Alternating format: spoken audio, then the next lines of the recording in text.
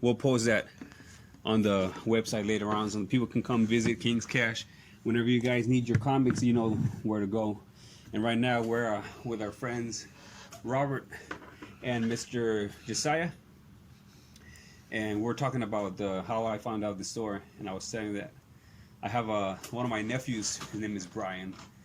Yeah, so it's his birthday, right? And he's never read a comic, and I think that's right. You can't die without reading comics. It's not right, man. It's like dying without knowing about the Bible. I'm not saying you got to be a religious man or anything like that. So I looked it up, comic stores near me, and this is the first thing that appeared. Nice. Yeah. Yep. So I came by, and I saw Robert here.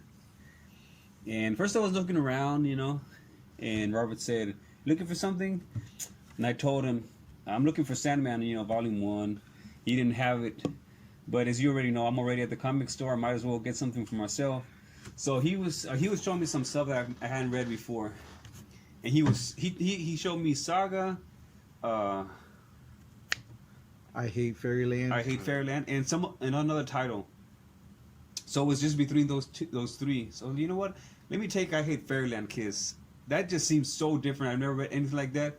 So I just took it home, and then I had to go split again and find another store where they had it. And they didn't have it, but I still bought another one for myself. Nice. And then the next one I found it, but it was pretty far. It was like in the south. Is it Tribe? Probably Tribe. No, it was something planet. Henry's? Oh, Planet Pluto? No, I don't know. Not familiar. something about a planet. Well, anyways, so I'll go over there. And next time, when I was on my way home, I was thinking, man, I should have asked Robert if he wanted to be in the podcast. So next time I swung by, I got another comic, obviously. Nice. And then but Robert wasn't here. And then I just got the hang of him. And now we're here. We're at King's Cash. Remind everybody that whenever they want their comics, they know where to come. Yeah, North Lamar. And we're gonna have to set that up in the podcast page so people can see it, and we'll set up a link and all that good stuff. We got all kinds of cool stuff. I mean, not just comics. Obviously, we got the Star Wars stuff. We got Funko Pops. We have the best selection of those in town. And statues. So, Yeah, when you go to the Funko Austin community, they always recommend King's Cash. Someone from Dallas, somebody from Houston, somebody from out of state. Really? They'll post on the Austin page. We have hey people guys, that come in, where should I go for Funko Pops? And everyone says King's Cash, King's Cash. Oh, we got a couple of people that come to us regularly from Dallas. There's one guy that comes every other week from San Antonio and shops not just for himself but for his friends. Goes back. We have several come in from Houston. We have a couple that comes in from El Paso every couple of months. They have relatives out here going to school, so they come up and visit, and they come shopping here. Man, that's what. Now that right there is customers talking by themselves. What better publicity than customers just talking to. And then right now, I mean, King's Cash. Well, I got a question. Where's King's Cash name come from? It actually, it was by coincidence. We decided, all the partners, we all knew each other. We were customers of a former store here called Capstone Comics down in Anderson Lane, and he closed. But he closed because he had problems with his landlord, and we kept hoping that he would open up again. Mm-hmm. And when he was looking for a temporary place, I actually talked to my accountant who owns King's Hobby up on North Lamar. He was over on 8600 North Lamar, and he offered us a space in his store temporarily until he could find a lease that was big enough for all his product. And long story short, he ended up not reopening. He decided to walk away. And then the partners that are here, we decided we missed that comic community, and we wanted to open our own store. And everyone was kind of brainstorming a name for the store. And this is before we decided to hook up with the accountant at the hobby shop. And a couple of the guys, they'd already, because I'd been looking to open a store, and I was trying to convince Liz to join me. Mm-hmm. And then these other three guys were looking to open a store, and they were trying to convince Liz to join them. So the common theme was that we all were trying to recruit Liz. And when we decided for a name, they had already come up with one, King's Cash. And so I was outnumbered. But the funny thing is that when we actually found a space to open it, we shared space with King's Hobby. And so everyone thought that we had got the name from King's Hobby, but we hadn't. It already come up. So that was kind of a weird coincidence. It is. And they were in this space with us for the longest time, for about a year. And then they decided they needed more space. They moved out. We expanded, and it's been a success since. We actually have increased our sales dramatically since we expanded. That's awesome. So, yeah, that's especially during the this COVID. Environment. Yeah, yeah, we've been very lucky that our customer base has increased, and our other customers have remained loyal, and and it's all about the service. Like everyone that comes here knows, if you get a book, they all come bag and boarded. Robert is the one that receives the books. He bags and boards all of them. So whether you're a subscriber or you're like a new person, as you see on the shelf, they're always bagged and boarded because we cater to the collectors as well as the readers.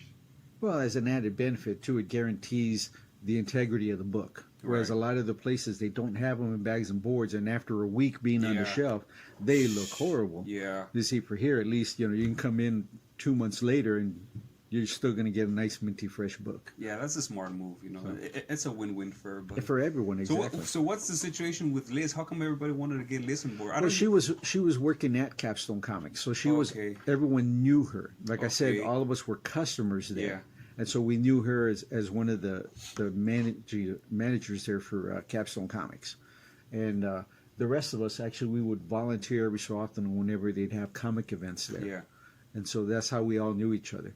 And like I said, being partners and having gone through all that, our main mission was not so much to open a comic book store as it is to create a comic book community. So the whole point is, we want you to come in here. We don't mind if you look around. We don't mind you asking us questions. You want to hang out and watch a movie on our TV? That's cool too. You want to talk comics? That's cool. You want to talk movies? That's cool. Just no politics. We do everything else, and it's the whole point is we want you to feel comfortable here. If we sell you a book, fantastic. And if we don't, we know that you know where to go the next time you want to buy a comic. And that's the whole point. Is like that's our mission, is to have a comic community. I love the idea behind that, I just love that stuff. I remember back in the days when, like when Borders was still around, and I don't know if, what's the other company that's still around? Barnes & Noble? Barnes & Noble. I don't know if they have those services too, but I remember that I think Borders started with all this, you can just bring your coffee and read a book. If you buy it, it's okay. If you don't, well, you buy some coffee and you met somebody, but there'll come somebody who'll buy a book, and it was more about the ambient and the spirit, and some people just want people to read, and I think that's one thing that you said, he decided to say something really interesting, that the fan base is kind of like what kept this, and I think that's one thing about people who read comics. Once you read comics, normally people who read comics, they read something else, and whenever you read, you just stay educated, and whenever you stay educated, where you emphasize your time and your money, and you like to support something, and something like this, you say, we know our stuff, we know what we want, we know how, we're good. Well, everyone here is pretty knowledgeable. We all have our expertise. Most everyone's pretty good about knowing their mainstream comics. I'm kind of indie specialist, and I also do a lot of the Silver Age. But the thing is, you walk in here, we could ask you a few questions, whether it be movies or other books that you might have read, and get an idea of what your interests are. And I'm pretty sure we can find you a title that will really interest you. And that's kind of the way we work. And then when you come back and you say, man, that was really good, or maybe you didn't like it as much, we'll say, well, what is it that didn't hit you, or what is it you really like? And then we can link you up with the next one and the next one. I mean, that's like he was talking about. It's a service here, the fact that we know our product. There's a lot of comic book shops here, but not all of them have people who read the books. Right. A lot of them just sell you the books. Right. We read them. Yeah, and it doesn't matter whether you come on a Saturday and on Sunday or during the week when Robert and Liz in here. Everyone knows the books. So you'll always get great recommendations, which is great, because one of the reasons that attracted me as a customer to King's is I would go to other shops, and like Robert mentioned, they wouldn't know what the book was, or they would always just try to promote Marvel books or DC books. Yeah. But when I came to King's, and the first time I met Robert, he's the one that started pushing me more towards the indie titles, to like Image, and then to like Dynamite, and even smaller guys like Antarctic Press or Red 5 Comics. And I've discovered so many new things. So that's why I eventually ended up telling Robert, if you ever need someone to cover some ships, let me know. And that's how I ended up working here on a basis. Yeah. And it's been great. I've learned so much working here, and learned so much reading books. I love it that you guys have here, like you said, how many, 5 people working? I think I've only met Liz. I'm not sure. Is she the only woman working here? Yes. Okay, then I've met her. Yeah, there's 5 partners, and then we have 2 auxiliaries. He's one of them, and the other one is a guy named Aaron, who also used to work part time at the Capstone. Okay. So, he's kind of one of our weekend guys if needed. So we utilize him maybe once, sometimes twice a month. Mm-hmm. So when one of the other guys can't work. So I mean, I'm retired, so I can kind of be here all the time, which sometimes it feels like I am. And so Liz and I kind of split the week, and then the other 3 partners, they take care of the weekend shifts. So there's 2 of them that split Saturday, and then one that does Sunday. So, but everyone kind of has a career outside of here. Mm-hmm. Well, except for me. I mean, that just sounds perfect, like whenever you get to know the business, like I had no idea this was what was happening, to support a community, and I've heard about like things like, I mean, like what is behind it, like I can pretty much guess, and probably the public also already knows that you guys are not so much in here for the money. It's just, for society, people who read comics. And right now, something that Robert said really cool, that he's already retired. I thought when I first came in here, I just had a feeling that he was the owner. I was like, he's the owner. I just like something in my head just kept saying, he's the owner. And when I looked at him, I was like, man, that's gonna be a cool feeling that you own your business, and you don't gotta work for anybody else. And like right now, I work for a company, and they're pretty cool. They're pretty nice. They just tell you, this is what you gotta do. I don't care whenever you do it, just get it done. They're not behind you, pushing you. But still, it's not the same thing when you are your own boss and you look around and you're like, say, you know what? If I don't want to come in, I don't come in. If I want to wear my pajamas, I'm going to do so. What do customers care? As long as they get their comics. Yeah. That's that. Now that's real freedom right there. That's real freedom. Yeah, and that's the great thing about Robert, is that every now and then when it'll slip, and I'll call him the owner, he's always quick to correct me and say, no, we're 5 partners. So he never assumes that, ownership of the other. He always elevates them as it should, because they're all in this equally. Mm-hmm. And of course, like you mentioned, Aaron and I were kind of like the cheerleaders, like, yeah, cheering them on. Jeez, that's some cool stuff, man. Josiah? Mm-hmm. Is that Bible? Yeah, it's funnily enough, my dad is a preacher. So that's where that came. Did you ever throw some preacher on him? No. Well, although we joked that we should. That was a conversation we had a long time ago. I think you should.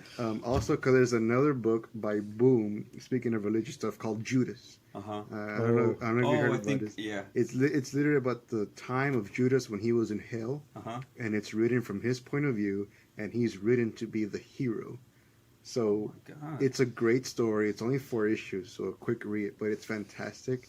The way he kind of is, I mean, if he didn't do his part, there would be Christianity. I mean, he had to do his part. It's like that was his destiny. Yeah. So I always joke we should give my dad a trade of Judas. Yes. I think he'd like preacher, man. I think he'd love it. My dad, he is from Mexico, but he grew up watching those classic American Westerns. Mm-hmm. So he loves Clint Eastwood stuff. Yeah. Anything from the 60s. I mean, that's... Well, there you go. John Wayne, yeah, he's huge John Wayne. And he loves... And I guess that's kind of like, we're growing up for someone from him back then, thinking of America, like, oh, I want to be like that. Yeah. He came over, and then of course I was here. Man, that preacher stuff is so crazy. We were talking earlier about it, like all the mix of all these things. You have an Irish vampire, then you have this badass preacher who turns out to be some sort of cowboy fighting master. You know, one time one of the lieutenants he throws like a whole army in there into his apartment to go beat him up, and they just can't catch him, and he just shouts, "Who the hell taught this Jesse Custer how to fight?" You know, because he kicked so much ass. But then again, he had to become a badass because he was being pushed by his grandmother, and then her right hand, that crazy guy with the ponytail, who would always kick his ass and tie him up. Yeah, his sadistic cousins. Yeah. I mean, how do you not become a badass? And then his dad was he in the Marines or the Army? He was in the Army, I think. I think so, yeah. Yeah, Army. You know, and Vietnam. How do you not become a badass with that kind of background? You know, and then like all these things that happened there. We were talking earlier about R's face and the Pope. And the crazy guy who builds a statue of the meat and then he bangs it, you know, like so many characters. They're so freaking crazy. And then the devils, who else we're talking about? The Saint of Killers. Saint of Killers. That guy is badass, man. Yes. Well, the whole thing is crazy, but then that's typical Garth Ennis. He kind of throws everything in all of his books. It's like the kitchen sink kind of mentality. It's like he tries to see how many different ways he can twist you up. So. And then the opposite. The thing is that he hates superheroes. Yeah, you can tell. He really does hate superheroes. He doesn't understand the whole superhero genre or why people like it. So he always, obviously, like you see the boys, the whole point is he's putting down superheroes throughout the whole book, or showing how they really have a bad side to them. They're just like everyone else. In that sense, that they have the good that everyone sees and the bad that very few see, and then which is kind of funny that he does that. But then on the flip side, he loves war stories. Yeah. So he does a lot of war story stuff too. But when he does war stories, he always makes sure that it's historically accurate. He doesn't make stuff up, which is pretty hard, man. So, no, he does research on that stuff. I bet. I mean, he even talks to his artist and makes sure that when they render anything, that it's to the timeline. So that you're not going to find extra insignias on an airplane. You're going to find it exactly what it's supposed to do. Any artillery that you see is going to be true to form for that time period. And it's like he's just that kind of meticulous. So it's very interesting that he has that side of him, and then he's so anti-hero, and yet he's so well known for his pseudo-superhero stuff. But, hey, go figure. Sometimes when you try to bust something down, you end up being the guy that builds it up. Yeah. It's just so funny, you know, someone like Garth Ennis, when people don't know about comics, I think like one time I was talking to Robert about this, that people who don't know about comics, all they figure is superheroes and stuff like that. But when I was, how young I was, I don't know, I was pretty young. I think my mom told me this. There's no person who doesn't like to read. There's only people who haven't found the right literature, the one that is for them. And then as soon as I started getting older, well, one time I went through this crazy phase. I was living in San Antonio. Just once? Oh, you got a few more cycles then. Yeah. We're not going to talk about that. I was in San Antonio, and I had this job, and all I would do, I promise, is wake up, go to the gym.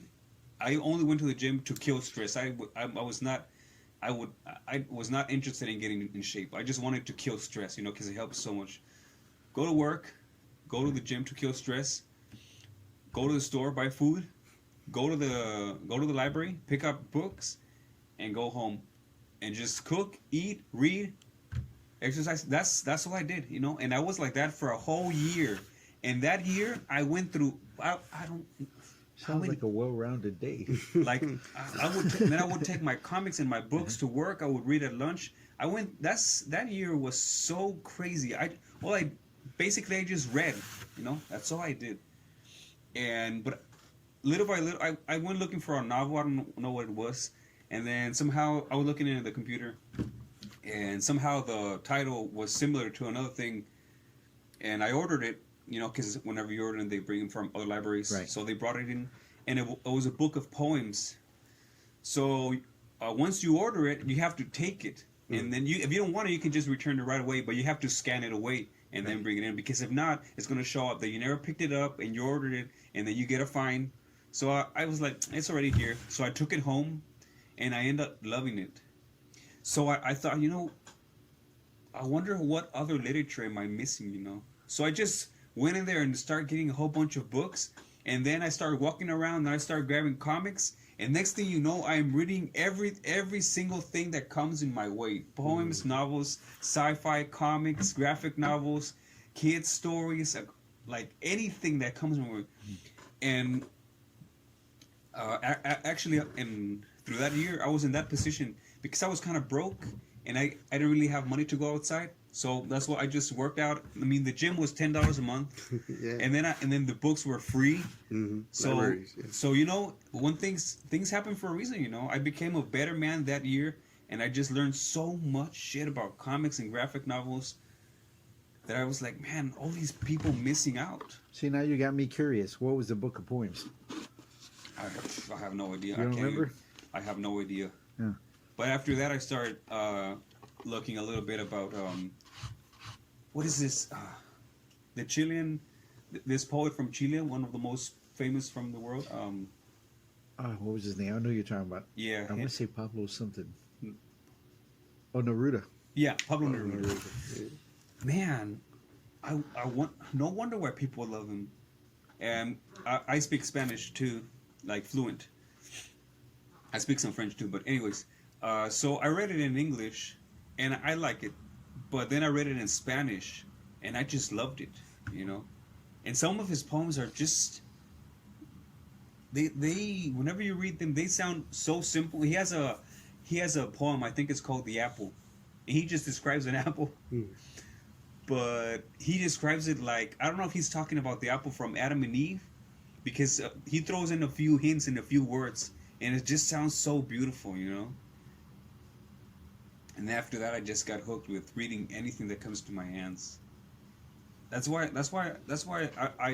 think that's one of the reasons why I end up here, because I wanted my nephew to know a little bit about comics. Hopefully he already read the book, because that was like a month ago, so I think that's more than enough time.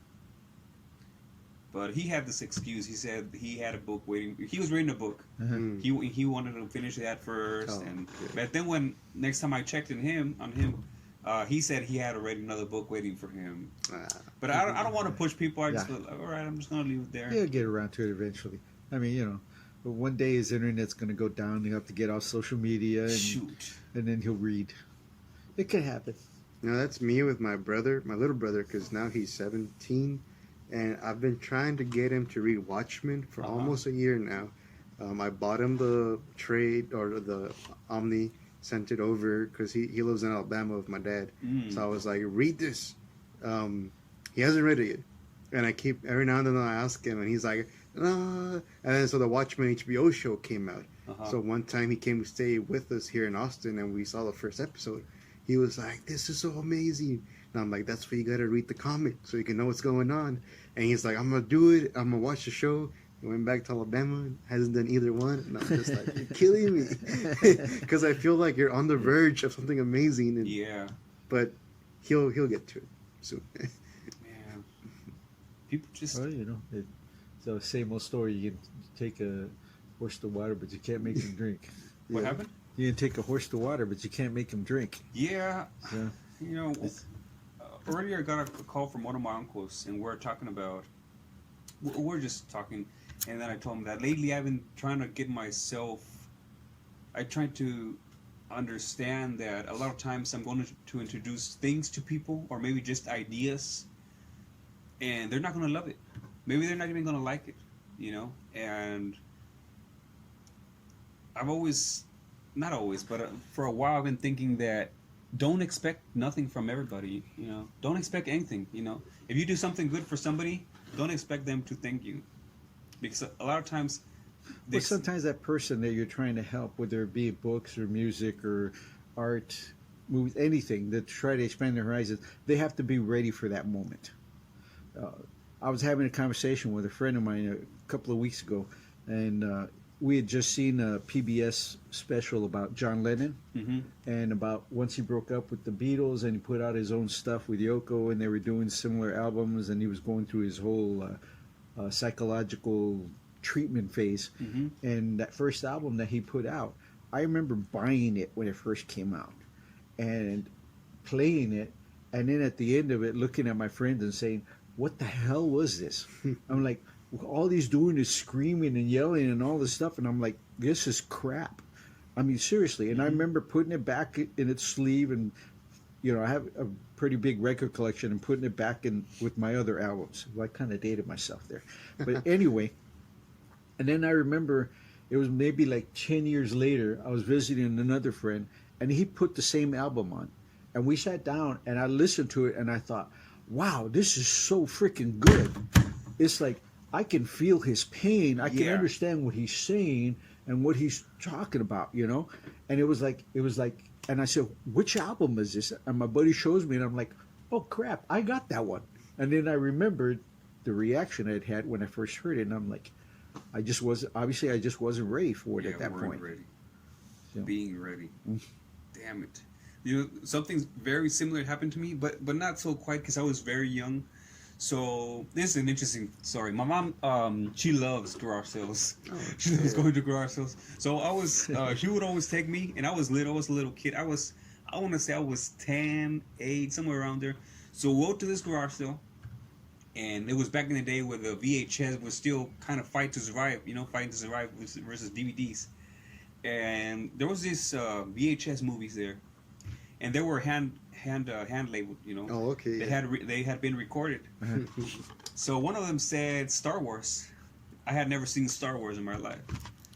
So they were like $5 for $1 or something like that. I don't know. I grab a whole bunch, go back home, put it on, and then Star Wars, the beginning comes on, and then after a while, like after 15 minutes, it goes black. And then I started seeing some commercials like from the 80s or 70s. And now that I grew, we still have that tape. So now I know that they recorded that from a TV show, yeah. And that was being in TV like in the 80s. So you would see these old commercials from MTV when they're before Daria, before all that stuff, like before Monsters and all those old shows, even before Rocco. And I see these commercials, and I was like, what the heck? Well, that was back when MTV probably was still MTV. Yeah. Just nothing but music videos. Yeah, nothing but music. And a few cool shows, like after midnight or something. Yeah, they'd show them late night. And then, although they had a really cool show late night that was all alternative music, too, that I really used to enjoy. Everybody loved it, man. I don't know what, yeah. And that's a crazy thing, because back then, VHS were very expensive. So the next best thing was recorded off the TV. Yeah. Because it's not like now where we can stream it. Yeah. Or now we can rent theaters and watch the old movies. It was like, no, you saw it in the theater, you missed it, well, now you gotta watch it on TV. Yeah. So that's how much. So that person, that tape, somebody must have really loved Star Wars to record that tape. Yeah. And maybe they hated that their mom sold it for $1. They include the commercials. Mom, they sold my collection. So, dang it, Mom, not again. So there I am, right, watching this movie, and I was like, man, this is pretty cool. So another 15 or 20 minutes go by, and then I see another commercial, and they're so different. They're so cool, by the way. Those commercials were. Back in the day, I think the commercials were so much creative, Artists went into their studio like, you know what, I want to make a cool commercial about this or that, or perfumes. And there was a commercial about this perfume, and it was so creative because it was like a giant bird cage, and there was this lady there, like dressed as a bird, and she was swinging in the little bird swing, and then suddenly. And it was like kind of creepy, And then suddenly like a thunder falls down, like, and then all that disappears, and then you just see an image from a perfume. I don't know what it was. Anyways, so this keeps on happening, and then at the end of the movie, you start seeing the credits. And I was like, oh, okay, I guess that's it, right? So I don't know what happened. I think I probably went somewhere and left it on, and then I came back, and then I see these music videos. So what happened is the VHS was probably had like 5 hours or something, and the movie only took like 2 or 3, I don't know. So he's like, you know what, I'll just keep on recording whatever is there. And guess what was there? They were going through 100 best songs of the 80s. Oh, there you go. And and that's the first time I saw Metallica. Oh, and it was Unforgiven.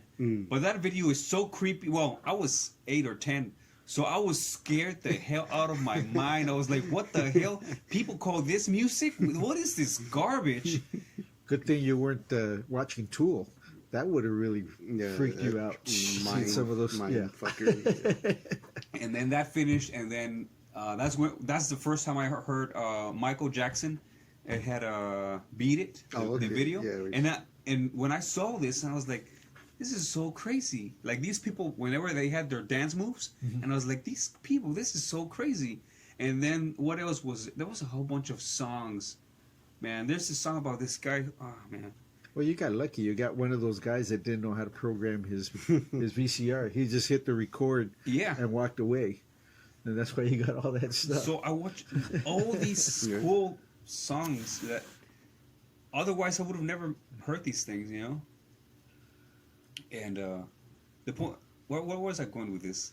Metallica, there we go. So that song, when I heard that song, I was like, this is garbage. This is just fucking somebody just grabbing a guitar and just fucking doing nothing, and some guy behind some drums just doing some stupid shit. And nowadays, Metallica is one of my favorite bands. I love Metallica, you know? It's just, I love it so much, I go crazy about it. I just go crazy about it. Especially, well, I was going to say especially the Black Album, but no, I probably prefer Kill 'Em All. Oh, the first album? Yeah. Yeah, with Cliff. Yeah, I don't know. It's a tie. But yeah, when you're not ready, you're not ready. And sometimes you're never going to be ready, you know? Like, sometimes I guess I'll recommend something to somebody, and they'll never like it. And I have to get that mindset, you know? Don't expect them to love it. Because when you expect something, and you don't get what you expect, you get disappointed, you know? If you're going to be with let's say I have a girlfriend, and I give her a gift, and yeah, she's excited, but I didn't hear the exact words that I wanted to hear.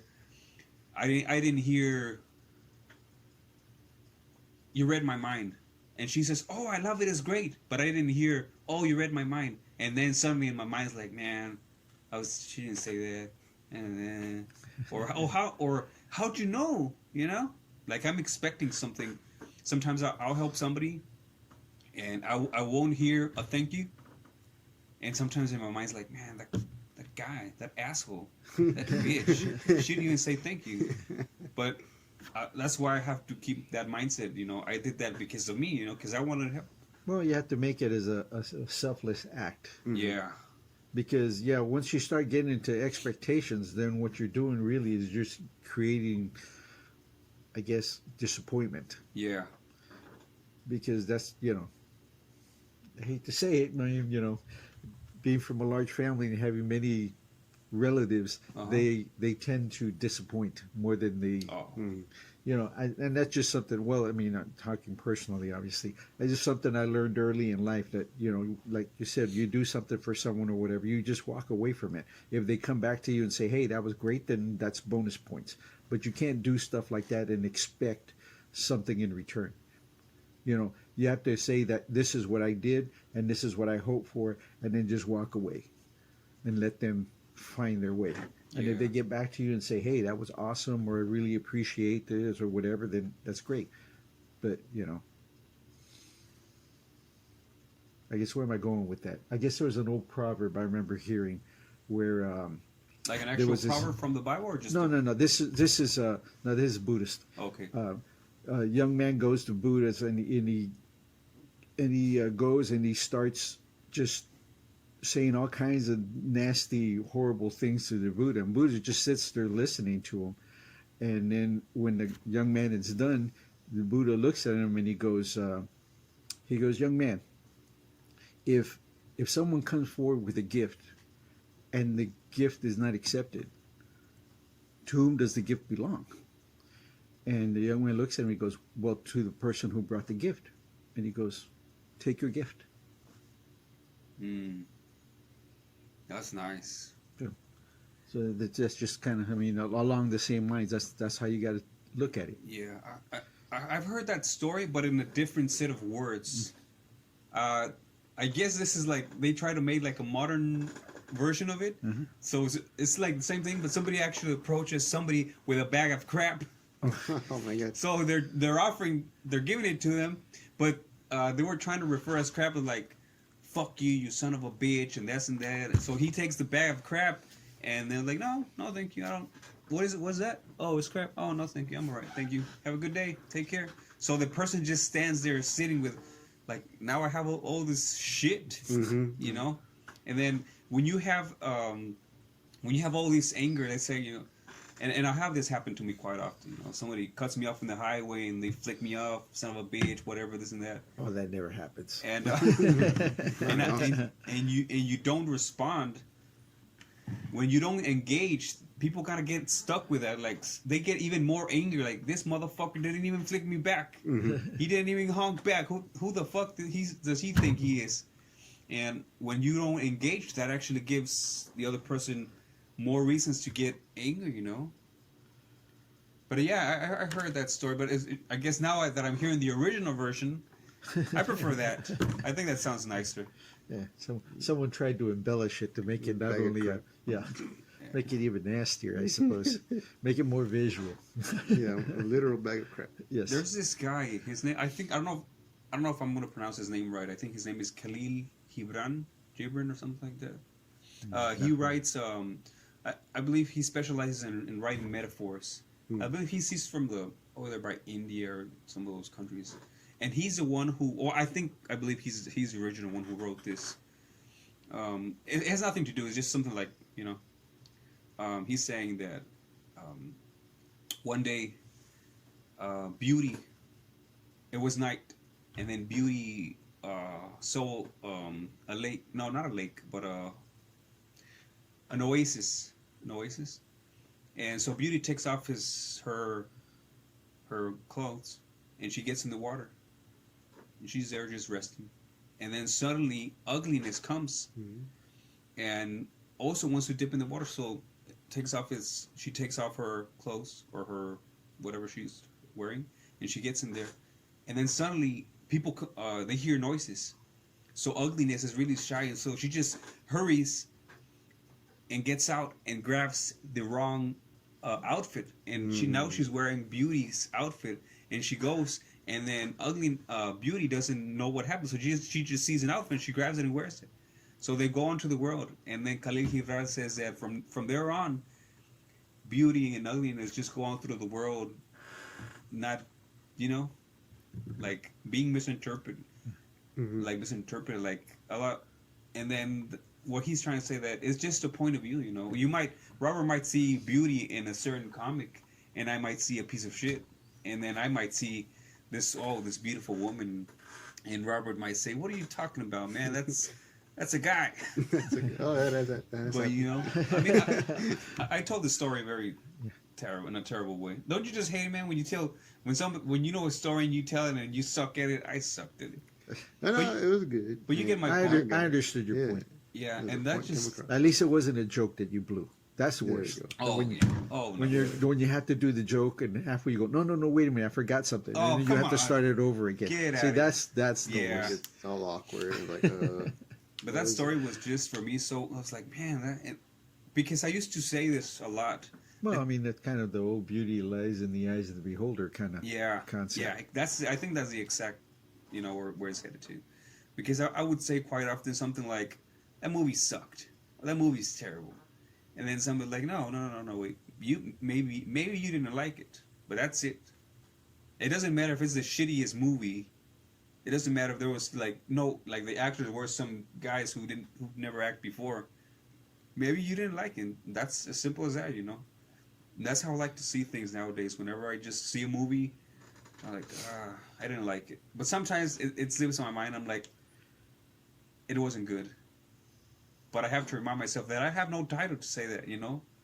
I think not even being an artist, you could say that. I think the only guy who could say if it was good or bad is the person who actually did it. If you did it, then you probably have a point of view. Then you can say that. But you might say you make a movie, and then you say it's terrible, and I love it. And I say it's beautiful, man. I don't know what you're talking about. I love it. Can't live without it. It's a piece of art, you know? It's kind of like George Lucas because he hates the Oh, original trilogy, yeah. but the fans That's the love it. best. And then he did all the CGI updates Yeah. in the 90s Mm-hmm. because he was like, this is what I wanted to tell. And people were like, what the hell did you do? You butchered it. Yes. So he thought he was bringing his idea or Mhm. his, his themes or, his project. Like, this is my final ultimate project. And then people hate it. And he's like, why do you like the ones I did in the 70s? Those were terrible. I wasn't even ready for big movies like that. But it's true. And I mean, The thing at that point, they were iconic. I mean, Yeah. that's it. It's and like, that's why people loved it. Maybe it was a little bit rough, but Mhm. they loved that roughness around it. And then he tried to polish it up, and it was like, no. But yeah, George Lucas, he's experienced that. That's a perfect example, man. She pulled that one out of the blue. Man, Yeah, that's you mentioned you love Kill 'Em All from Metallica. That was Metallica at their raw, Yeah. their energy. They were almost like punks in a way. It wasn't like master production values. It was like we just want to make music, yeah. and people loved it. And then when you had like Fuel or Loaded and Reloaded, and Mm-hmm. it was much cleaner sounding. Yeah. But by that point, the fans were like, "This isn't why we loved you guys." Yeah. So you have, whether it's movies or music, you have the artists go through those interesting phases with the fans. Yeah, I know exactly what you're talking about. Damn. I can see that. You see that in music all the time, like you said, where a band starts rough and then polishes up and then loses some fans and gains others at the same time, and then the original fans are like, "Well, that's not the band I used to love." I mean, and the same thing happens with artists, and it happens with producers or directors. As they progress in their career, they change, Mhm. and it's almost like everyone wants them to be like that first girlfriend. You know what I'm saying? Yeah. You don't want her to change. You think she's perfect just the way she is, and if she could stay that way forever, that'd be great. But the thing is, every artist needs to grow, Mhm. and either you follow the growth, or you fall behind, or you walk away. Yeah. Right? And I mean that goes for any medium. I mean, even comic books. We can go back to Mhm. that. I mean, Yeah. I'm there's a lot of big artists and writers right now that I met back when they were just starting out. Whoa. A lot of these guys that are really the big names right now, I knew when they were just substitute writers essentially. But I mean, by the same token, they are now the main writers, but I've seen them grow. So, and then some people will say, "Oh, well, let's say an example would be, let's say, Snyder. You read his stuff right now, and if you get to where you're reading his stuff now, and then you go back and read some of his original stuff, you can see the roughness in it. Yeah. And that's just the growth, because he's learning how to write. Yeah. And not only that, he's also trying to develop a style. And either you like the style and follow him as he perfects it, or you drop off because you didn't like it to begin with. Mm-hmm. Yeah. So- I was thinking right now that could kind of maybe go both ways. I've seen some bands start in a great way, and then suddenly I don't know. Yeah. But then another one of my favorite bands is Pink Floyd. Oh, I love people. And the way they started for me was so weird, Whenever the Acid Days, yeah, the original albums, whenever those were whenever crazy, they have man. like Piper at the Gates of Dawn, and how they tell the story, and how when David Gilmour is saying with Sid Barrett, we didn't even know how to play instruments. We just had some instruments and we just started playing. Whenever Sid Barrett was around, he would write stuff for us, and that's how we went by. But I barely knew how to hold a guitar. I just started getting good at it. And then how they say, it was actually kind of a good thing. First, it was a torment, but then it was a blessing that Sid Barrett went, Crazy. away. Yeah. Because, we lost him, but now we were forced to do something ourselves because we didn't have anything. So, we started trying out things. And for personal opinion, I don't want no controversy. I don't like controversy. But whenever they went to Live at Pompeii, I think that concert just made them so Pink Floyd, like what they really are. before that, I think they were trying, they were experimenting new things, and They were very fluid. Yeah, they were just and then, going. And then after that, they developed a sound. Yeah, they had okay, we finally got it. But I think when it was live at Pompeii, I think they were already Pink Floyd. They were just trying to figure out a few details here and there, and that's when they brought the Dark Side of the Moon. And that stuff is just so, and the way I see it, I'm not saying that's how it is, but I just see him like going slowly at it, and then they reach a peak in a beautiful point, and they keep going at it. And again, my point of view is Metallica started up here, and then it kind of, my opinion, I'm not saying that's what happened. Well, I'm not. And then it kind of started going a little bit down. Some people might say a lot. Metallica, not so much my generation. See, I'm more of a Zeppelin fan. So I got a whole discussion with one of my nephews about that because he grew up with Metallica, and so we had this whole which is the better band kind of thing. Oh, come on. And, well, it's like, hey, there would have been no Metallica without Led Zeppelin. Yeah, but you can't. This is the thing. I don't think you can compare stuff like that. You just can't. Well, I mean, to me, I just look at it as that was the band of his generation. And there's a couple of the songs that they have that I like. But I'm not going to say that I'm like a Metallica fan. You know what I'm saying? Yeah. But you throw me a Zepp song or a Zepp album, I'm like, I'm all in there. Yeah. So, but you really I grew up listening to him. I saw him in concert. So to me, that was like the experience. Yeah, and then you think about it. I think Led Zeppelin had one of the best drummers. Oh yeah, John through history, and then one of the best guitarists. I mean, you can't deny that. And then Metallica too, man. They had one of the best guitarists, and they have one of the best drummers. Yeah, and they have one of the best bassists. Oh Cliff, yeah, songwriter, bassist. Yeah. So unfortunately it's passed like away. Trying to say who's a better. No, you can't say who's a better band, because then we have to throw a whole bunch of stuff in there. Like Queen. Queen is another one of my favorite bands, and they're to me, they annoy me. Really? Huh? They annoy me. What? Why? I just don't like their music. You don't like Queen? No. You see that? You see, it's No, and I grew up at that time too. So it's not like I wasn't exposed to them. I just didn't understand the fanaticism. Yeah. They just weren't my cup of tea at all. I get it. I remember just like Kiss wasn't either. And I had friends who were just nuts about them. To I me, didn't like- it was like rock porn. Because they pretended to be something they really weren't. They weren't great musicians, and they weren't good singers. There was a lot of ballad crap, and they tried to pretend that they were rock. And I just really hate that. I mean, there's new bands too that have done that. That started off as here. Case in point, Stained. When Stained started out, Stained was hard. Stained was true, Stained and then had they became a freaking ballad band. Yeah. I remember when Stained had one of my. This is a badass album. You remember "Break the Cycle"? Yeah. Oh man, I love that song. They have that song that's "It's Been a While." Man, that's a nice song, man. I was really young when that shit came out. Like I was a fucking kid. Yeah. See, but at that point they were already going soft. Yeah. All their original fans, they were already going a little soft at that point. Okay.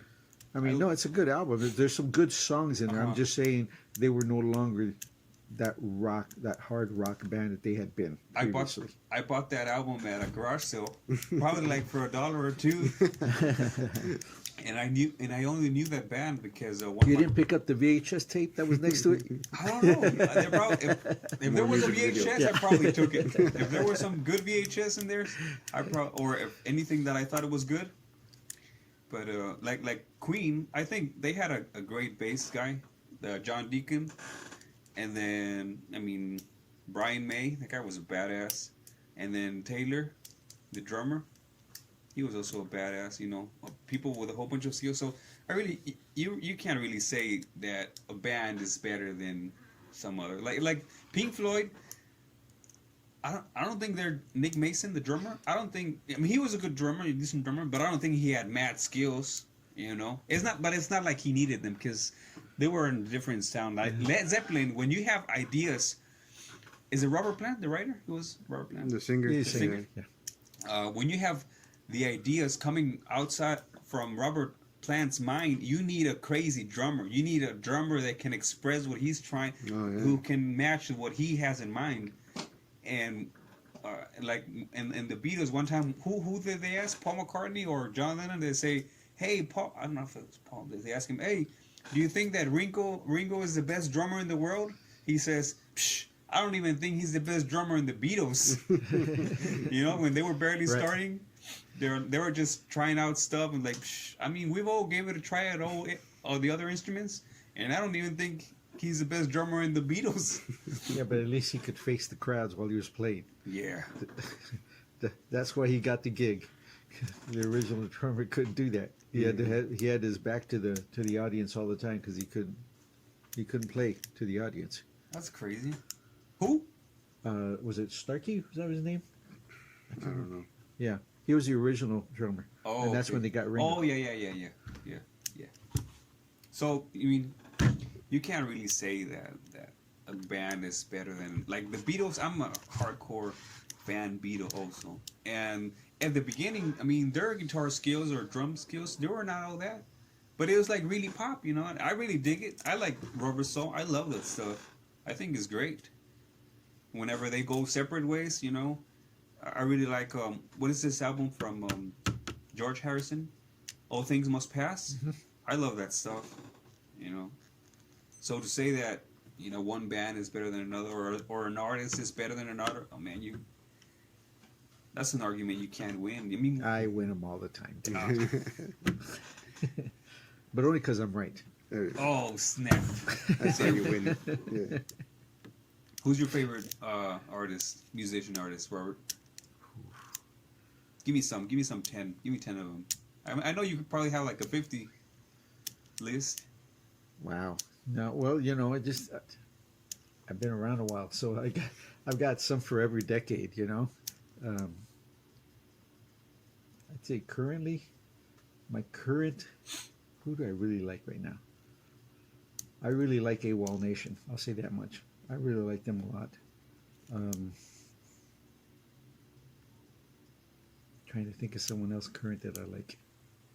I keep falling back to the earlier ones because there's a, you know. Go ahead. I love the Cure, but the original Cure before Okay. Robert got happy. Yeah. Before you got. Yeah, once he got happy, it just went to crap. This whole Friday I'm in Love stuff. Oh my God! Pick anything before that, and it's like it's fantastic. Cure stuff. You know, The Head in the Door, Disintegration. No, I almost said a title that'll get me in trouble, but I'm not going to say it. You know, a lot of that stuff is his older stuff is really good. All right. And then you go back before that, you know, you're talking about Pink Floyd. Love Pink Floyd. Love me some Zapp. Fleetwood Mac. Fleetwood Mac was good up until they did the live album. That's when they lost me. After that, they screwed up. They screwed each other so much, and they screwed up their music in the process. That live album was before Rumors or after? No, it was after. After?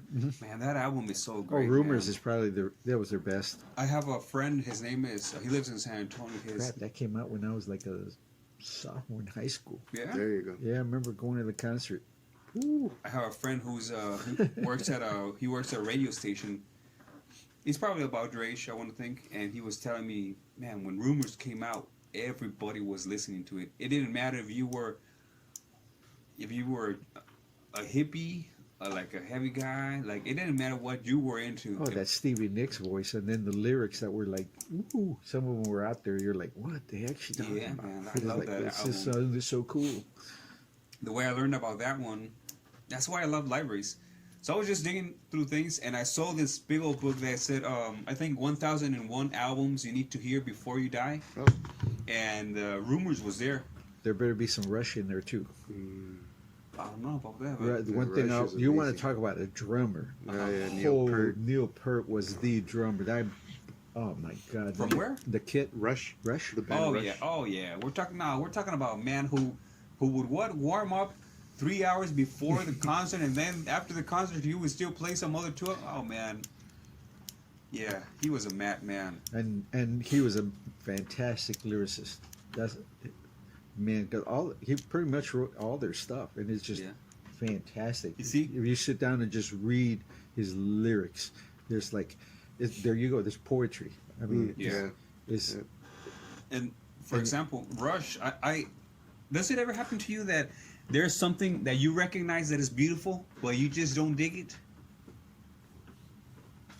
like I see the beauty in it, but I don't like it. You know, that happens to me in Rush. I hear Rush and I recognize the structure of the whole sound, like everything, the heart. You know how it's integrated into songs. I hear that. I appreciate it, but I just don't dig it. It's like sometimes I go out and I'll see somebody driving a Corvette, and I say that's a nice car, but I wouldn't drive it. It's not my style. I'm a Well, simple it depends man. what year. Yeah. Oh yeah. Yeah. Some of those older body styles are gorgeous. Yeah. The new ones, they're kind of pretty much vanilla. They Yeah. look like every other sports car out there. Yeah. But still, you know, like I said, I wouldn't go there. But yeah, Rush. I mean, all right. But what else? What else you got? You haven't mentioned what? Would you mention like 5? What else you like? You don't know? Oh, there's a lot of stuff I like, man. What I'm about all you, over the Josiah? map. I'm all over the map. Yeah, I mean, I started off rock and now I'm more alternative. alternative. I'll always go back to Iron Maiden. Oh. Okay. They were the ones that I just, for one reason or another, I just fell in there, and I just listened to everything. Whenever there's a concert nearby, I always go see it. You know, I listen to the NPR radio station right now, KUTX, and I dig a lot of stuff, and I'll go to all kinds of concerts. But as far as your question, which would always be my number one, I always fall back to Iron Maiden. Yeah. There's just something about the bass and the lyrics. You know, everything that they do is all historical references, and Yeah. to be honest, I feel like I learned more hearing Iron Maiden than when I was in high school history class. Because I would ask my teacher all these questions, and he's like, "Where do you get that from?" I'm like, "Iron Maiden." Like, what's Iron Maiden? That's crazy. What else? Tell me some more about your music. What do you dig? A lot of rock, a lot of alternative. Throw me some bands. Give me some artists. You know, I'll throw Billie Eilish out there. I'll throw her out because Billie Eilish is one of the very few musicians that writes and produces her own music. There's no big corporations. No one else is involved. Some people might say her parents are like rich or whatever, but they're more like middle class, really. But anyways, she writes everything, and that's what I love to hear the most when it comes to musicians. Write your own stuff. Yeah, you know, Beyonce has a great voice, but she has 10 different writers. Yeah. And 10 different producers. Yeah. I mean, I like Beyonce's music, but I like some of it. Billie Eilish, I mean, I think she can. You know. Not my genre. And when I saw Billie in concert, that Yeah. was a freaking like experience. Damn. That's gotta be a great feeling. I'm the kind of guy who Bixby voice privacy When- contents have been updated. Billie Eilish. whenever I say I listen to all genres, I mean that. I listen to everything. A little bit, not a whole lot, but some rap, some hip hop, some country, some heavy metal, some really heavy, dark, obscure, fucking crazy, psycho shit. There's this Japanese band that's called Envy. They play screamo. It might sound weird. The first time I got this recommendation, I was like, I don't know, but I'll give it a shot. I like it. I like it a lot. That's funny because you know when my first year in college, I had to get a roommate because you know that's expensive. Even then, back then it was expensive. And the guy that I shared an apartment with, you know, it was one of those situations where you just hang up a little sign and say looking for roommates, and you cut out the little tabs, right? And the guy called me up. He came in. We had a conversation. He moved in, and it turns out he was a huge country western fan. And I, on the other hand, was very much a Led Zeppelin, Pink Floyd, Uriah Heep. I mean, rock stuff. Some Eagles? That's what a I little was bit of listening Eagles to. in there or no? Eagles were soft rock to me, but I mean, I listened to them, but they were soft rock to me. All right. And he was a Waylon Jennings, Willie Nelson, Alan you know, Jackson? a lot of the outlaw country. That's the stuff that he listened to. And it was funny because you know we were roommates on and off again because he went off to grad school and came back, and we ended up probably almost 3 years, you know, sharing an apartment. Then we shared a house. And it was funny because during that we both transitioned. I started listening to a lot more country that he kept exposing me to that I probably wouldn't have listened to otherwise. And he got to where he really loved Pink Floyd. And that's what you say is like sometimes it's just there was a situation that whoever had gotten there first and had command of the stereo, that's kind of what we listened to till it Yeah. ended. That was kind of like the rule. Yeah. And so we That sounds ended fair. up That we sounds ended fair. up kind of just exposing each other to music we normally probably wouldn't listen to, and I ended up liking it. And of course, being in Austin in the 80s, once again I'm dating myself, I remember those times walking around downtown and stuff, and you could run into these guys. You'd see Willie Nelson, you'd see Waylon every so often, or even when the three were together, you'd see Chris Christopherson hanging out here, and they'd all be playing someplace downtown, and it was just a different time where everyone was just, I guess, more accessible. Mm-hmm. But yeah, it was just the music scene was phenomenal here. And then I was fortunate enough after the 80s, when I graduated and moved away, I moved up to the Northwest in I moved up there in 1990, which was right at the beginning of grunge. Mm-hmm. And so I got up there and I was exposed to all that music, and I got to meet a lot of those people. I've always managed to have friends who are musicians. And so when I went up there, I got to meet a lot of the grunge guys. But before you ask, no, not Kurt Cobain was not one of them. But I did meet Novoselic. What about Pearl Jam? Is that grunge too? Yeah. Yeah. I love Pearl yeah. Jam. Pearl I Jam tell is them the great. story all the time. Yeah. It's like Eddie Vedder actually had season tickets to the Sonics, and Uh-huh. his seats were in front of me. Oh shoot! So we got a really cool guy, actually, really nice guy. But a lot of those guys were like that, very approachable. Same thing here back in the 80s when you meet a lot of big musicians that broke out. They were very accessible. I mean, Stevie Ray and his brother, Yeah. I met them Oh man. because of one of my buddies that was a punk rock guy. He also introduced me to Alejandro Escovedo, and I knew all these guys, and they were just regular dudes, man. Like, you sit down, have a beer, and just, every so often you get that one person that will come in and go all goo goo gaga over someone. They kind of screwed up the vibe, you know what I mean? Yeah. But otherwise, everyone was just cool. And that's one thing I learned, whether they're a musician or an actor or any other kind of performer, they just want to be regular people, man. They'll sit down and they'll talk to you. You treat them just like a regular person. The majority of them are like way cool and accessible.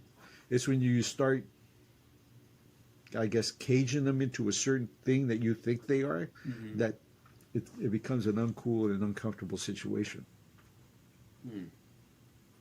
You know that story you tell about your roommate?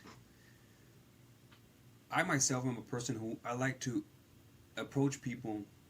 The more different they are from me, the more interesting they become to me. Because I'm gonna set this example, right? I'm Hispanic, so most likely, say if somebody else is Hispanic, most likely you're gonna have Hispanic friends, Mm-hmm. and most likely your first girlfriend's gonna be Hispanic, most likely, and because your parents are gonna have friends, and they're gonna be Hispanic, and they're gonna have kids, they're gonna have you, and then you're gonna know girls are gonna be Hispanic, so you're gonna be around Hispanics if you are Hispanic, and if you are a black person, it's gonna happen kind of the same thing. So I think I want to hang out with more people who are not what I am, so I can listen to some of their music. I have a playlist on YouTube from a whole bunch of friends, from different countries, and they send me a whole bunch of songs from India, Japanese songs, and Russian rock, things that I have no clue what they say, but they sound so beautiful. And I really want to get to know people who are very different from me, because I already hung out with people who love rock and who like reading. And I want to know somebody, I don't know, who's a sportsman, who's just out there jumping mountains on his bike or whatever, or somebody who's, I don't know, maybe a religion fanatic. I want to know his point of view. Like, why does he think like this? Maybe, I don't know, maybe I'm gonna become a religion fanatic, which I won't. I'm not into religion, but I want to meet people who is different. Whenever I see, I'm not gonna say that I ignore my ethnic group, but if I see some people who are from my ethnic group and I see someone who's a white person or Asian, I'll try to talk to them because I already know them. It's like a movie that I already saw that movie a whole bunch of times. And sometimes you go, let's say you have an Asian friend and you go to their house and they cook something. You're like, oh man, this is interesting. What is this? And what do you put here? And then the mom, she's telling you about the ingredients and this and that. And then they probably have a tradition that before they eat, they play some music. And they're like, man, that's some cool song. Oh yeah, this is some folk music from Japan or China or whatever it is. And then they put on a show. They're like, oh, what is this show? You know? And then they have little meals or little, I don't know, you know, stuff like that. They just have little jokes, you know, that they're probably inside jokes that you wouldn't get because they have to explain it to you because they're from over there. You know, it's really good for you. I love it. I love exposing myself to people like that, like getting to know them. And I really want to listen. You know, I've been trying to become a person because a lot of times I've encountered people who they don't want to have a conversation with you. Mm-hmm. They want to talk and they want you to hear. And that's it. But they don't want to, I talk, and then you talk, and then I talk, and then you talk. They just want to do the talking. But I want to know somebody who teaches me about them. Like, I don't have a lot of black friends because I didn't grow up around them, you know. But if my neighborhoods I've been most of my time, they've been like neighborhoods like around here, you know. I didn't really have time. And I sense that sometimes ethnic groups, they've been apart for so long and so much that they feel kind of shy when you know, where I work, we're mostly Hispanic, and there's a few black people or Asian, and I sense that they're not so open sometimes. Sometimes they take their lunch somewhere else, and whenever I get a chance, I would just ask them, hey, what are you reading, man? Hey, what's going on? And sometimes maybe I'll ask questions that they think might be offensive. Like whenever I see somebody who I see they're not from this country, I want to ask them what other language do they talk. And I don't think it's an offensive question, you know. I'm just a curious guy, but I guess a lot of people will get offended. Like a lot of people approach me and start speaking in Spanish just like that. And I guess a lot of people would find that offensive, but I'm like, I mean, you can tell my face, you know. And then if you don't speak your language, yeah, they're like, shame on you. You should speak. I think that's one thing. I think when people come from other countries in here, personal opinion, I think they should speak their native language. I think it's really important for your roots and, you know, knowing what you are. There's this Nobel Prize winner. His name is Octavio Paz. I think he's the only Mexican Nobel Prize winner. And he talks about how when people come to, especially Hispanics, come to the U.S. and they start missing on their original language, on their dialect. They kind of like they don't really know who they are, you know. But with the way he tells the story, it's really beautiful. How a whole bunch of Hispanics have been basically California and Texas and all this. A lot of people, they really don't know who they are anymore, you know. They think they're just Mexicans who are born in the U.S., but they've never been to where they're from. Yeah, but that's kind of, I don't think it's necessarily just the Hispanic group. I think that goes for pretty much all the groups that migrate here. I mean, there's a certain level of assimilation that's required or that's expected. Yeah, expected. And so in the process of assimilation, a lot of times, whether it be whoever the first ones that came here, whether it be the grandparents or the parents or whatever, a lot of times they want the new generation to assimilate and kind of like that way become more like more American, I guess, versus sticking to the ethnic culture. Mm-hmm. Because I mean, it makes sense and it does. I mean, for one thing, like you said, sometimes these kids end up getting lost because they don't understand their culture. But the flip side is it's a culture, not a nationality. They are now Americans, mm-hmm. you know, of X descendancy. So they may not understand their descendancy, and in that process, because they don't understand it, they have difficulty realizing who or what they are. But I mean, at that point, that becomes a struggle for that person to decide how much they want to know about their history. And by learning their history, which means essentially talking to whoever's still alive, whether it be grandparents, great-grandparents, uncles, getting an understanding of the history of that group. And then they can find themselves that way. It becomes kind of like where you have one foot on one lawn and one foot on another lawn. It's like, whose lawn are you on? Yeah, which nation do you belong to? But yeah, because I'm from Brownsville, Texas. That's the border. Mm-hmm. We have Matamoros right next door, and there were friends, classmates of mine that didn't learn Spanish because their parents didn't want them to learn Spanish because their parents felt if they knew Spanish or if they developed an accent, then they would not be American enough to succeed. So I have some friends, and my partner, she also has a ton of friends that were like that, where they grew up not knowing Spanish with the expectation, I'm more American and I'm going to excel more. So you have people that would look down. You don't know Spanish? What's wrong with you? But then their excuse would be, well, I don't need to know it because I live in America. Then on the flip side, like me, I work in a school where the majority of the kids are Hispanic and a majority of the parents speak Spanish. So I'm able to succeed in that environment. But that's because my parents wanted me to learn both languages. But I mean, there's both sets of thought, and it's really, really hard to convince one or the other who's right. And the unfortunate part is that the kids end up in the middle. Right. Well, first of all, I don't want to this come out right. You know, I don't look down on anybody who doesn't speak. I just think I don't know. I think it's better than you. But I don't look. Let's say if I have a friend from India, or their parents are from India, and then he was born here, and then he doesn't speak Hindi, or I don't look down on him. I don't think, oh, that's messed up, man. But I would think, man, you should do it. It's good for you. And for many reasons, how one of the best things you can do for your mind is to, number one, learn how to play a music instrument. It's super good for your mind. And then number two, learn another language. I don't know about like what goes on in the mind, but I've kind of read about it, how it's really good for your memory, and it helps you prevent Alzheimer and all that. But then it's just good for your culture. Sometimes I just walk around, and I think a lot about how crazy it is that you speak two languages. You kind of have two minds. You can understand some jokes, and there's some stuff that just can't be translated. I have a friend at work. He's Asian. I always forget what. It's a very small country. Burma. Yeah. And he was telling me, and we were talking about this, how he speaks English in Burmese.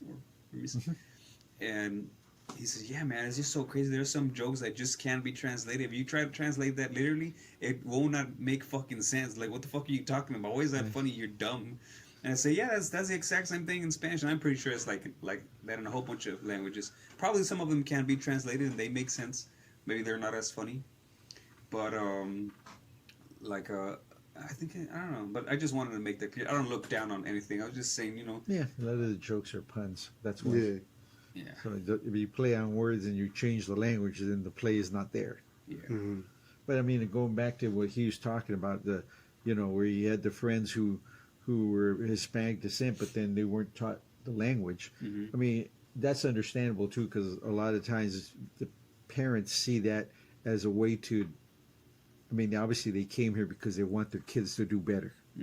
And so sometimes part of the mindset is if we don't basically put a crutch on them where they end up with an accent, then by default they're going to have more of a, I guess, your standard vanilla American accent. And so then they'll fit in better, and then by default they'll do better. And it's tough because at least in Brownsville, and I want to say it's probably still like this, but a lot of the people, like in the higher up positions, like jobs where you can make six figures or so, people that are lighter skin, have colored eyes, and don't have accents have an advantage than everyone else. And it's unfortunate because there's a border, and like your people are right next door.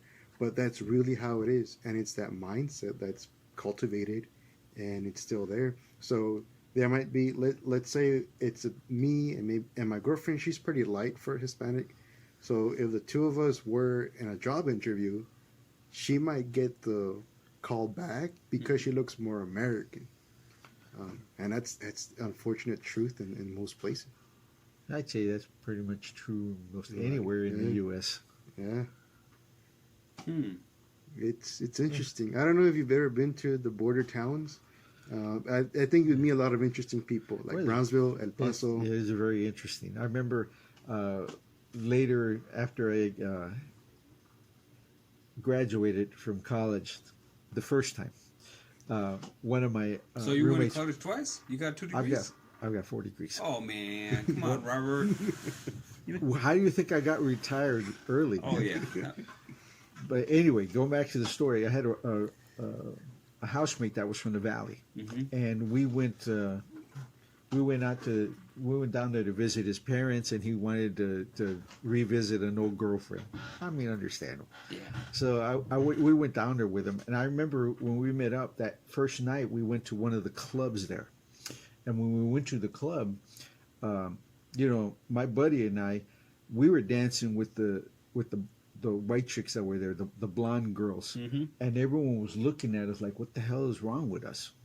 I mean, my buddy looked very Hispanic.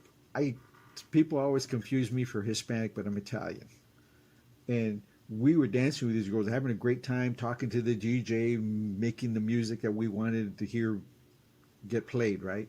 And then I don't know what happened. I think it was when he and I went to go get some drinks for the girls. We were at the bar, and some guys, I mean, literally, they came over and they surrounded us. And they were like, "What the hell do you think you're doing?" And we're like, "What are you talking about?" And they're like, "Why are you dancing with the white chicks?" And we're like, "Because they wanted to dance." And they go, "Well, you're not supposed to." And I'm like, "What the hell are you talking about? You're not supposed to." I'm like, "Shut the hell up." I'm like, "We're going to dance with whoever the hell we want to." And they looked at us like, "You're not from here, are you?" And we're like, "No, man, we're here from Austin." They're like, and it was like, as soon as we said that, they were like, "Oh, okay." Like somehow that gave us permission, or I guess we were white enough that it was okay for us to dance with the blonde girls, which I thought was very strange. Wow. But yeah, no, but it was really weird. I mean, when he was talking about that kind of they're on that side and we're on this side kind of mentality was very prevalent. Even when we went out to, the next day to go out to eat and whatever, it was very simple. You stay on that side, we stay on this side, kind of. I mean, this was the 80s. So I'm not going to say that it's different now because I can't guarantee that it is, but that was just the way the mentality was then. God Yeah, damn. and that's the valley. That's like a Hispanic community. I mean, it was the same here in Austin. I mean, I grew up here, and I mean, I grew up in the East Side when the East Side was not somewhere you wanted to live in.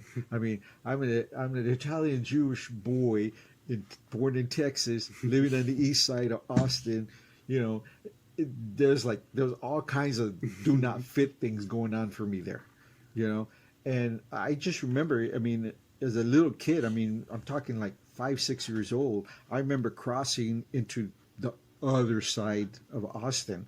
And I remember adults looking at me because I guess the way I was dressed or whatever it was, thinking, "Hey, you don't belong here. What are you doing here?" That was like the way they approached me. And I'm white, but I guess it was because the way I was dressed, it kind of said, "You're from this neighborhood."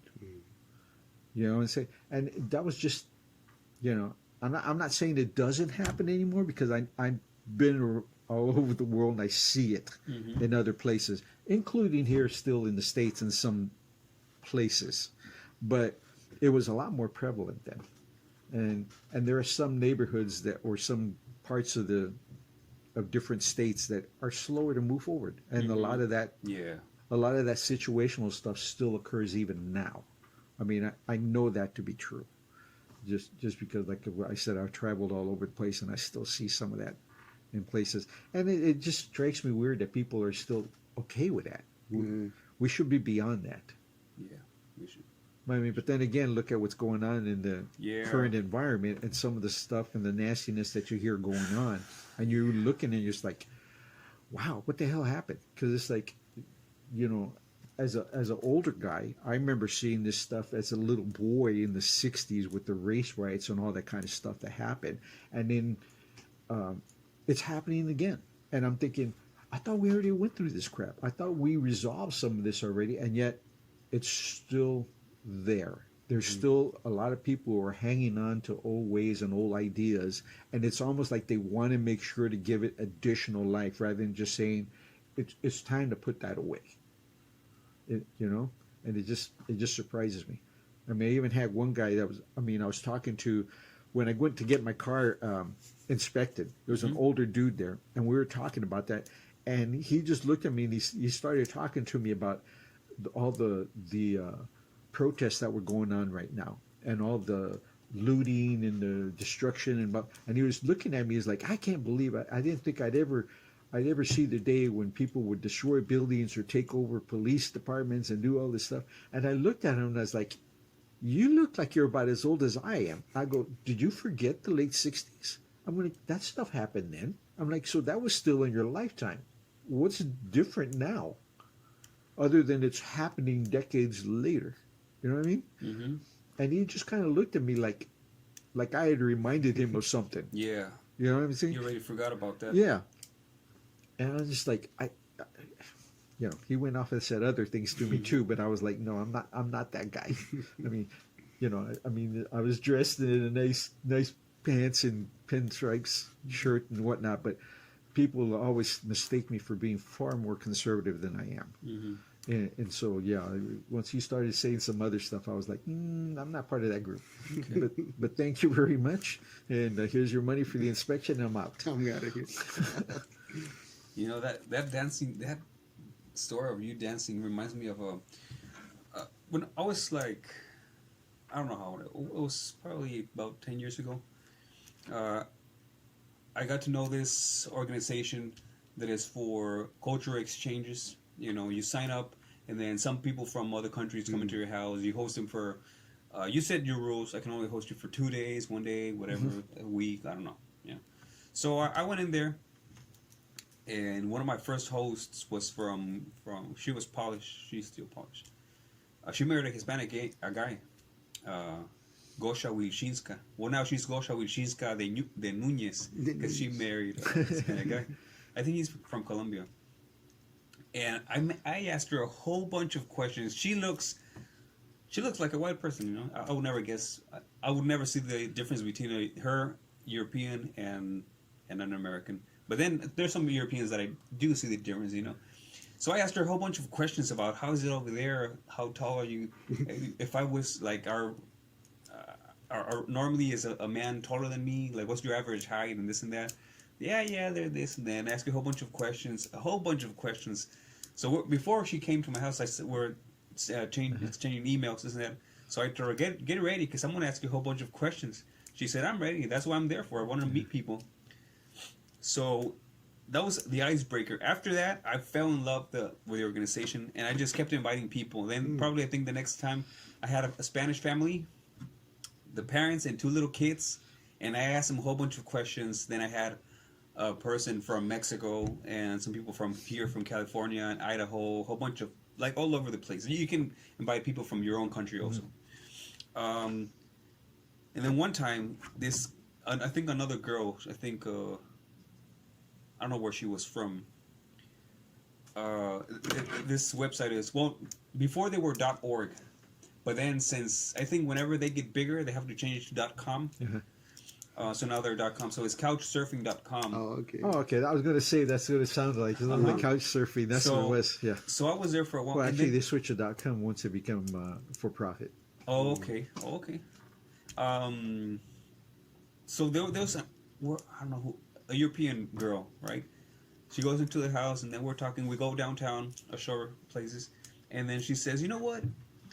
Whenever you go over there, when are you going to travel anytime soon?" And I was like, "No, not right now. Just first, I can't go to the world right now, so I'm bringing the world to me." I'm like, okay, like whenever you go, you should go to. Yeah, she was from Poland. Yeah, that's it. I had 3 people from Poland. She said, "Go over there. You'll get a lot of girls. You'll see." And I was like, "Why you say that?" She said, "Because my town is so white. You're going to," and she uses where she said, "exotic. You know, you're going to be so different. You're different, and don't get surprised if people ask you if you're from Greece or Italy, because that's the darkest skin they get over there. Yep. The darkest people come from Greece or Italy, because you know Poland is such a small country." And she said, "You'll get so much girls as long as you're not shy. You go out there and talk." Oh yeah. And for a while, I lived in Mexico. My dad was from San Antonio, and when he was in the Air Force, when he retired from the Air Force, we moved to Mexico. This is what back then when Mexico was still kind of safe. So we were coming back and forward, and she said, "You'll see. You just go and you'll see. You'll see." So one time I had a guy come from Did you ever go? Where I haven't been there yet, but Ah, I'll dude. be there. I'll be there.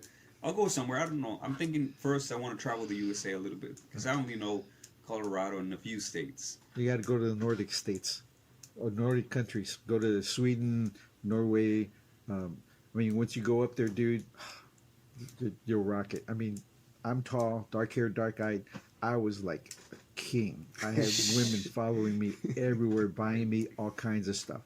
For that reason, because they're like, they don't want to see another blonde haired, blue eyed guy. Yeah. I mean, they've seen so many, they're puking them. You know what I'm saying? So yeah, that girl was not lying to you. And so one of my next guests, his name is Raul.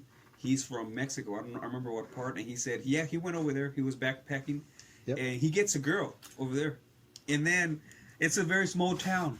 And then she's like, you know what? We're going to my friend's house. I'm like, okay, all right. And then they get there, and there's a whole bunch of people there. Oh, waiting because they already heard about and it. like, oh, look, this is my boyfriend. He's from Mexico.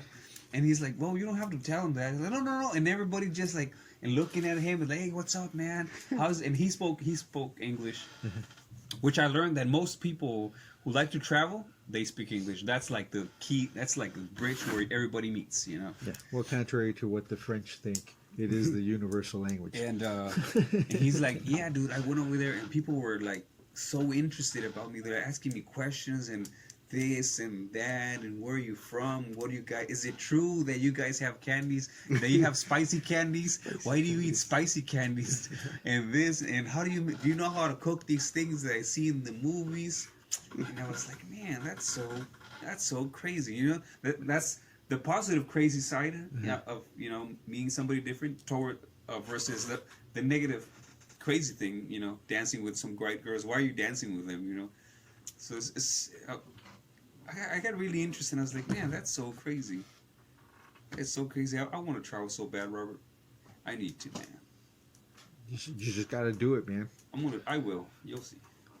I see. I want to go to Detroit for some crazy reason. I don't know why. I don't know why, but okay. I don't know why. Detroit's interesting. It's just not the safest place at night. Yeah, I I'll tell know. you I've that. heard. I've seen videos. I've read about it, but I want to go there so bad. I don't know why. I saw this guy. He had a blog, I think, and he was talking how him and some of his friends moved his small companies, businesses over there, and by doing so, they saved a whole lot of money because the taxes, I think, there work different. Oh, there was all kinds of tax And incentives. the house, Plus, you he can buy said- a house for squat. Yeah, he said he They bought. need people. He said it's like a lot of businesses are moving over there because they're saving money. That's one thing. And then I saw another guy who likes racing, drag racing. You know how there's whole neighborhoods empty without people, and he said that they do races there, like in the whole neighborhood, and it's empty. So and they have a video on YouTube. There's probably a whole bunch of them.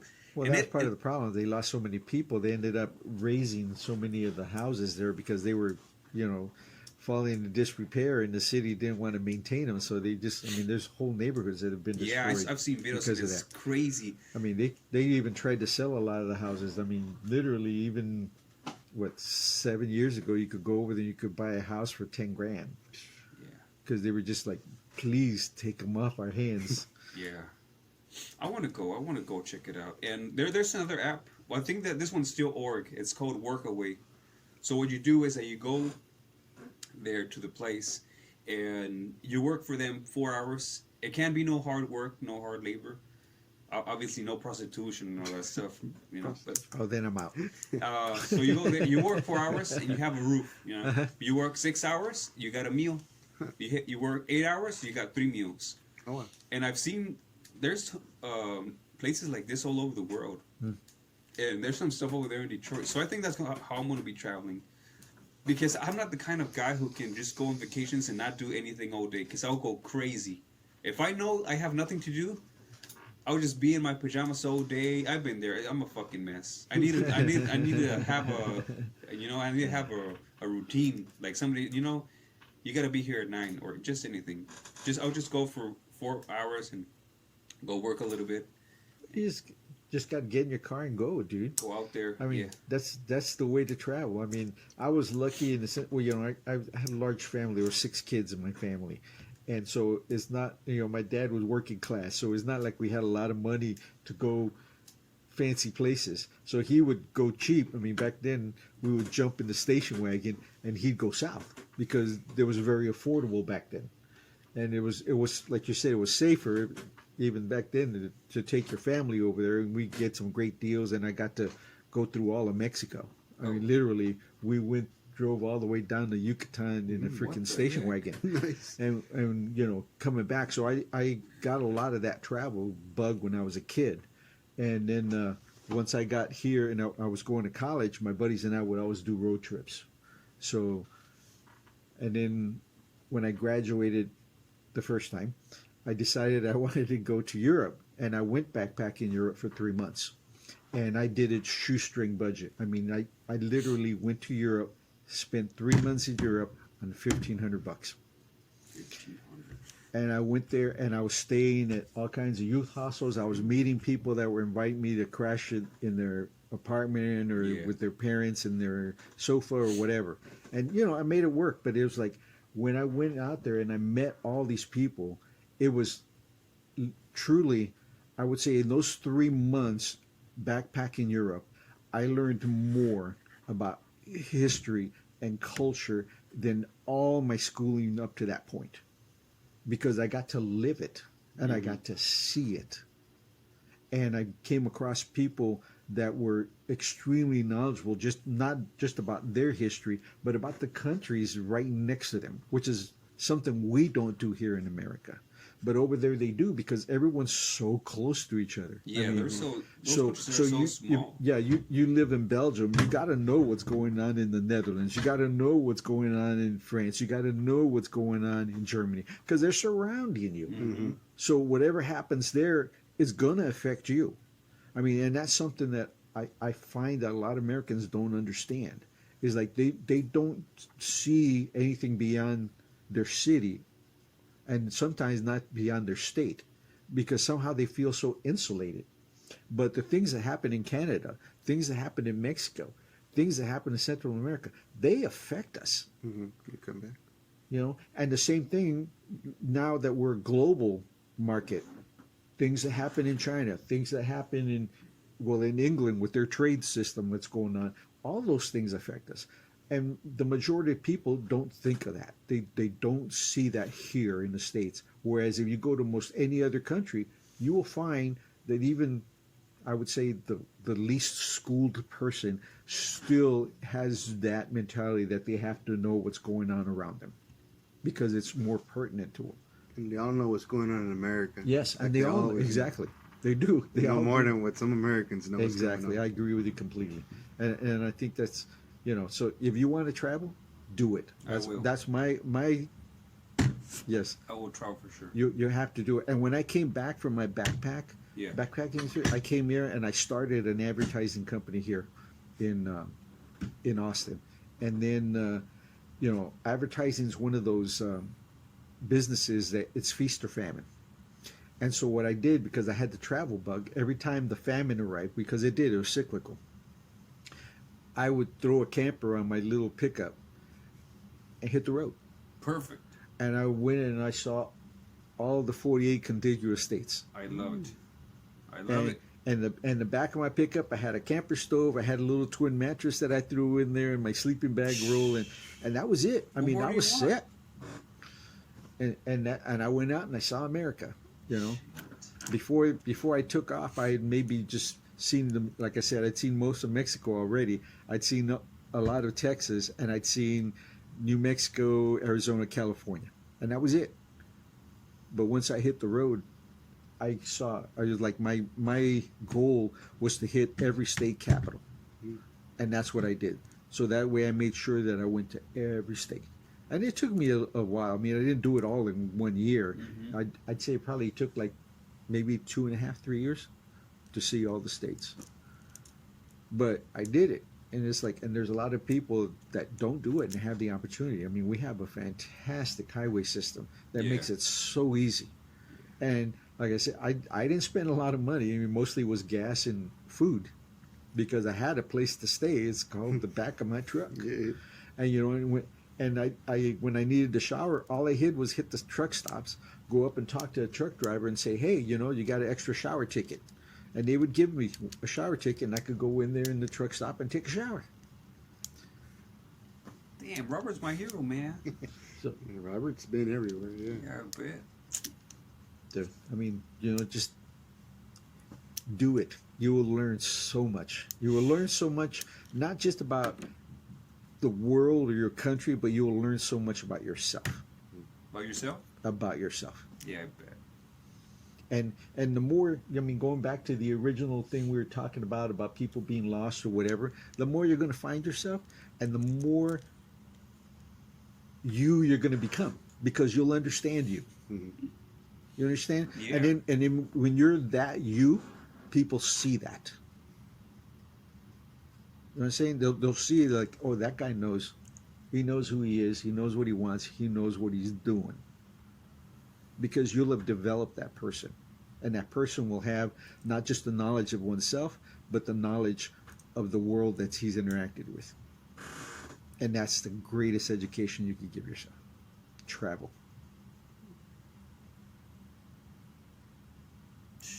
Robert. Wise Robert. Robert the wise man. And read comic books. Yeah, Yeah, read there you go. comics. Yeah, man. Yeah. Well, I think that's gonna be a wrap. We're about to wrap it up. Man, that was was a great, good man. wrap. That was a good conversation. I'm glad I I came over appreciate you here. invited us to this. Man, It's I'm fun. glad you guys accepted, man. I was thinking, I was like, man, I really hope they go. I really hope they say yes. I hope I don't put down. Man, I'm thinking about. She got me thinking a whole lot, Robert. So yeah, if anybody else wants to come down and chat with Robert, Oh, he's great. here on Thursdays and Tuesdays. No, don't say that. I already have enough people coming in Tuesdays and Thursdays. And buy some books. Maybe we'll come back. But yeah, we'll set up. We'll put a link to King's Cash at the page later on. Maybe I'll try to send you guys a video if you guys want to put it on your page if you guys like it. It's so good. But yeah, it's I think it's good for everybody. It's a win-win situation whenever I do the podcast. One time this guy was asking me, why you do this podcast? So I gave him a few reasons, but I told him one reason in particular is that nowadays you don't really get to have a time to have a long conversation, a deep conversation with anybody. You have 15 minutes in your house, 15 minutes at work, this and that, depends on what kind of job you have, But normally nowadays people don't get to have long conversations, and that's what I do. I set aside time to be with somebody. This hour and a half or whatever it is gonna be for me and you. We're gonna talk. We're gonna get shit out of our chest. Maybe we're talking about something. We'll learn. And then sometimes I don't always go to businesses, local businesses, but if it's a business, we can talk about that. If maybe you have an idea, maybe you want to run for senator. I don't know. Maybe you want somebody. I don't know. It's a win-win situation. You can't win by doing a podcast. I mean, you can't lose by doing a podcast. It was good for me. It was good for you. Well, I hope it was good for you guys, but it was great for me, man. I had a good time. I learned a lot of shit, and I think I made 2 new homies. I hope. Oh yeah, And definitely. you'll be seeing me over here whenever I finish with my comic books. All right, I think it's gonna be a wrap, guys. Thank you for letting me come over here. And I want to thank the doors from King's Cash for being open for this customer, now a friend, hopefully. And remember, guys, come visit King's Cash Comics. I'll set the address and the link for the website and all that good stuff. All right. Cool. Thanks. Goodbye, everybody. Read Tom King. Ooh, yeah, that was fun.